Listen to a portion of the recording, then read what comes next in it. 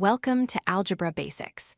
Today we are going to learn about the division property of equality. This is a fundamental tool for solving equations where a number is multiplied by a variable. Think of an equation like a balance scale. The equal sign means the weight on the left is exactly the same as the weight on the right.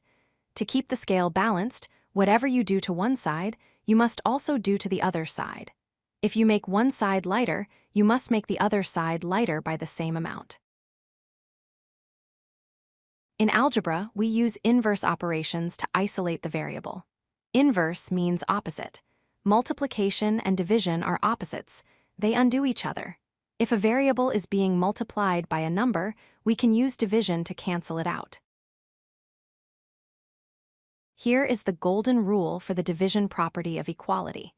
If you divide one side of an equation by a non-zero number, you must divide the other side by that exact same number. This keeps the equation true and balanced. Let us look at a simple example. 3x equals 12. This means 3 times some unknown number x is equal to 12. Our goal is to find out what that number x is.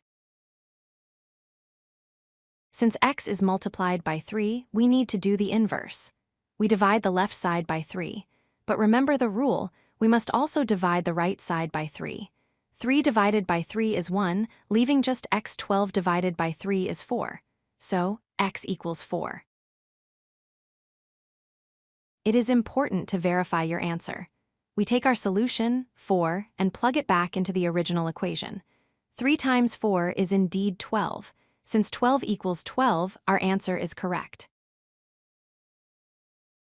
Sometimes the number next to the variable is negative, like in negative 2y equals 10.